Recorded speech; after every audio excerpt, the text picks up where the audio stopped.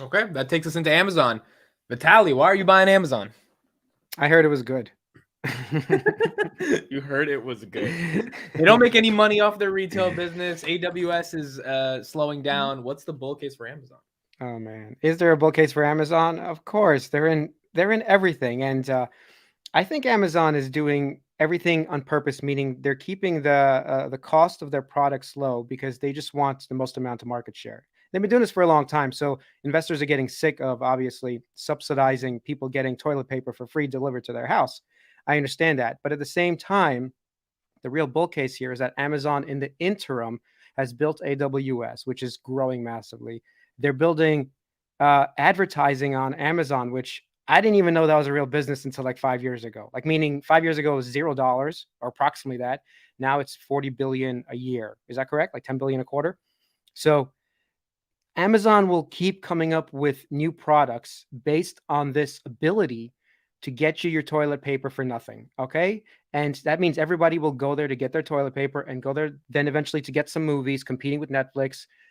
Go there for the advertising because they advertise directly to you. Obviously, every application, even yours, don't you run an Amazon Web Services?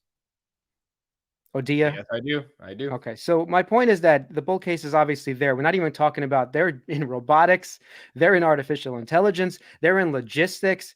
I mean, they're in so many businesses and so many verticals that I think there's a massive bull case. And even when I say massive, what do I need out of this? For me, a 2, 3x, I'm happy over the long term. I don't need Amazon to give me 10x's over 2 years. I just expect it to compound at a reasonable rate, more than the market of 10%, and I'll be happy. Okay, Chris, do you agree with V? Hold He's on, muted. just share my screen real quick. So this is something that actually was brought up during the podcast that what's his name, Jay Cal does with Molly Wood in This Week in Startups. And actually, this was probably the selling point for me. I mean, it came out after I had bought Amazon, but it actually was the exact reason why. And I think they articulated it really well. And so one of the great things is Friedberg is actually an insider in some really big companies, and he's actually a board member. So he actually gives his own intake into it. And I think it's worth taking a look at for us. And let's take a look. So Amazon's ad business is booming, right? As Chamath pointed out earlier. But so much more of consumer behavior is shifting where people are going direct to e-commerce sites.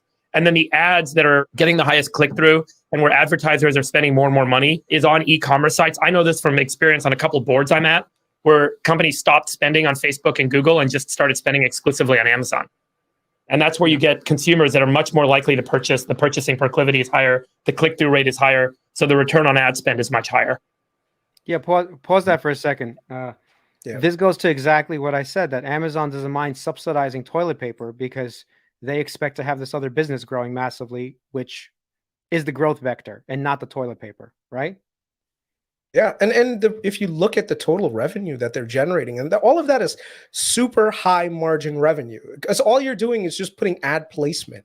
You're not hiring engineers to do extra coding. You're not doing like sales and marketing and all this other infrastructure. All you're doing is when I type in socks, who do I get at the top? Well, if you want to be at the top of the search rankings, guess what? You're going to have to pay Amazon. And so Amazon collects almost like a toll bridge of that. And so that super high margin revenue will just not only go to subsidizing the main business, which, by the way, I think is very undervalued. I think a lot of people said, well, their main source is selling stuff. And I think that is not profitable. Yeah, because there's still a lot of human element that's in there.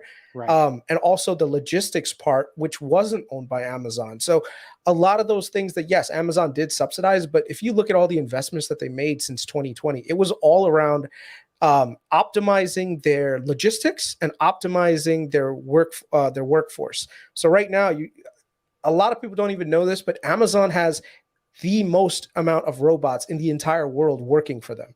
Their entire warehouse is like literally full of robots moving things from point A to point B, doing all the stuff that's necessary in order for you, when you click on something, to get it to your door. We looked up, I did this podcast, a live one. We talked about this. There's 1.1 million employees and 500,000 robots. Yeah. And it's going to grow.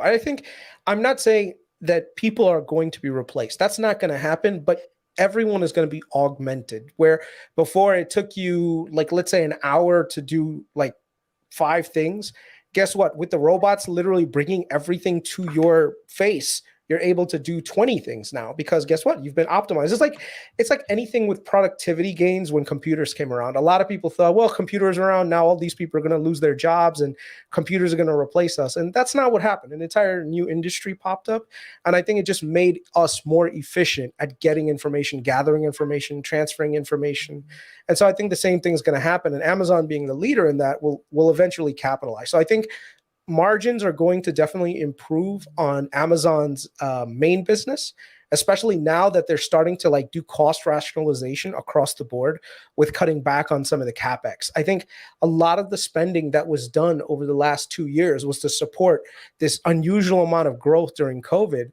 And Andy Jassy speaks about it very, very plainly on the call. I was listening to it, and it's very easy to understand, to say, look, we invested a lot into our infrastructure, and those costs are going to moderate over time. And even right now, from their corporate structure, they laid off 18,000 people. That's going to be a huge savings on them.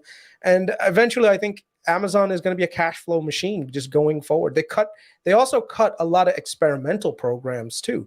Believe it or not, that's one of the areas where a lot of companies like Facebook, Meta, and Google did very poorly. And even Microsoft to some extent, but where they were investing in things that were not profitable, that were not related to their core business, but they have to try it. Like Google right now. Google at one point had Waymo. Like Waymo's never made them any money, but they've dumped how many billions on it, right? Facebook with all their metaverse spending, but then they also did, at one point, I told you, like Facebook dating. And then, like I said, that's where I met my wife. No, did you really? No. I'm pre-internet. Yeah. So like all of those things, I think a lot of these companies are cutting back on. So because they're cutting back, it's just going to generate more cash flow. And as it generates more cash flow, it ends up piling right back into investor value. So I agree. I think Amazon is probably one of the more undervalued names. I think a lot of people are only looking at them from a PE perspective and saying, look, they have a 99 PE. Yeah, but that's true. That is absolutely the case. The thing is, though, they've never really used PE as the main metric for valuation. If for them, it's always been operating cash flow. I want to show this, and I shared some of this on Daily Cowbell, maybe not all of it, but if you look at Amazon revenue, and I said on the Cowbell that if you ignore what happened during a CV19, right, and you look at roughly 2018, 2019, around $230 to $280 billion dollars. And then you wake up one day today and you're like, oh my God, they've doubled their revenue, right? So you're like, wow, this is amazing. Amazon must be through the roof. Like that's what you would think. And then you go to the actual chart of Amazon. Right there, fourth one at the top, yeah. You go to the actual chart of Amazon, if everybody can see this. From around 2018, okay, this was the peak and around $100, somewhere in the middle of 2018, 2019. And all the way to the CV19 crash, we were around $100, and we even dipped all the way to 70 or so. And now, talk about all this time has passed since 2018, we are still at around $100. It's 105 or something right now. I think this was a little bit earlier when it tanked after earnings. So you guys, it's double the revenue. They're still growing massively. They got better businesses now. They've got advertising. They're doing robotics that's taken over employees. Like, how do you not see the bull case? I don't understand. Like I see some people in the comments, like, how do you not see what Amazon is doing? Like when it's so evident that they're controlling commerce, e-commerce, and logistics. Well, I kind of agree with them to a certain degree, because Amazon's main problem has always been around, yes, you want to keep growing the business, but when is the profit going to come in, right? Like when are we as investors going to see profit? It's not enough that you keep generating revenues and you made operating profits that you dump right back into the share, back into like the business again. But this is what Amazon has been doing, right? And that's why a lot of times I've made the mistake on Amazon not investing them way earlier than I should have, because I'm like, oh, their PE is like triple digit. It's not worth investing. It was in the thousands, by the way. Yeah, it was like 3,000 at one point. A lot of the bearishness around Amazon was around that, which is they're just losing money hand over fist. If it wasn't for AWS, they would be losing more money. And I'm like, AWS definitely subsidized the other part, but it let them grow into the point where all they need to do is literally, this is what Amazon needs to do. You see, there's a lever. They pull that lever down and increase prices on certain products, not by a lot, but by like 1%, 2%. Boom, you have huge amounts of cash coming through your door. Guess what? You're not spending as much on Prime content. Same thing. Your income's going to go through the roof. They're still trying to grow. I mean, how many companies do you know can double their revenues in 2.5, 3 years? Like, really? This is what I'm saying, that you would think they would be valued a little bit more, because honestly, if I woke up and saw, they'd be like, oh my, this company's growing massively. And we know, just like you said, this is not, it's not a secret that they can raise it 1% and nobody would be affected. I would still buy everything from Amazon.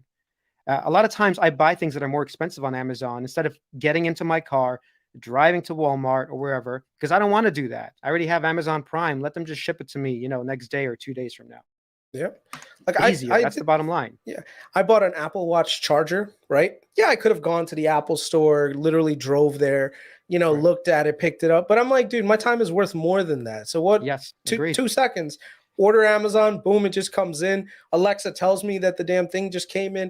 Literally, it's a simple process. And I think that simplicity is their moat. And that's the other thing. Like, who in their right mind could replace Amazon? It's only so hard people. right now. Let me ask a question. Yeah, Would you do Amazon or Shopify if you had to buy one? Amazon. And I did. I bought, in fact, Chris didn't want me to talk about this, but I bought 2 call options Friday for December 2025. I'm willing to buy more if it does dip a little bit more, but $100 strikes 2025. I expect Amazon will be over my $100 strikes. But Shopify, I think, is at like a 50 billion market cap. Amazon close to $1 trillion. We don't see any bull case. I don't expect a 10x. I keep going back to that. I don't need a 10x in Amazon. But my point is, do you see a bull case for Shopify? Like, it's a big. Yes, I have stock. Shopify too, by the way. You like Shopify? Yes, and I have some shares in Shopify, and I bought it when it was a little bit cheaper. I think it hit $27 when I bought it. It hit a little bit lower, but I should have gone a bit heavier. I just picked up 100 shares. I would have bought more, but it just ran to $50. It's probably going to dip again. Yeah. Okay. Yeah, for me, I'm still trying to understand Shopify and how they honestly make a lot of their. I understand the drop shipping component to it, but my wife has a business on Shopify. You can talk maybe a private lesson. Yeah, like it's things like that I'm not 100% sure on, that I'm doing my investing. I'm doing some research on, but I like Amazon where it is, and also Amazon Pay is starting to actually make some big waves too, because now you can be on third-party sites and do Amazon Pay, which wasn't available before. So there's so many verticals that Amazon has, especially with Prime, that is. My wife's a pharmacist. And one of the things that I was showing her, I was like really like super happy about, dude, generic prices on drugs, like on like medications, not like weed or anything. But so one of the things is, the price and the cost of healthcare in the US is so expensive. And one of the reasons why is because like medicine is so expensive, even though like there's so many generics out there that literally cost pennies on the dollar to make, yet are jacked up when you go to the pharmacy to buy them. And Amazon right now has a new service where literally you can just order your prescription drugs. And literally it's like $2, $3 with free shipping. I'm like, bro, who is going to go to the pharmacy after this? And you're paying $5 for the service, or $10, right? It's something $5 a month. $5 a month. Right, but they just don't have enough medications on it yet, so it's not going to be a massive business just yet. So it's mostly generics right now. They're pretty much all generics that are on there, but generics are still a huge business.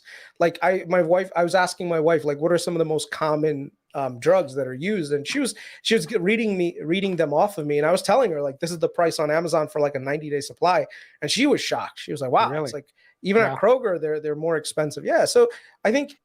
And the thing is, though, the business is not going to necessarily make that much money from selling the drugs themselves, but is going to make a ton of money from the subscriptions. And that's the key, right?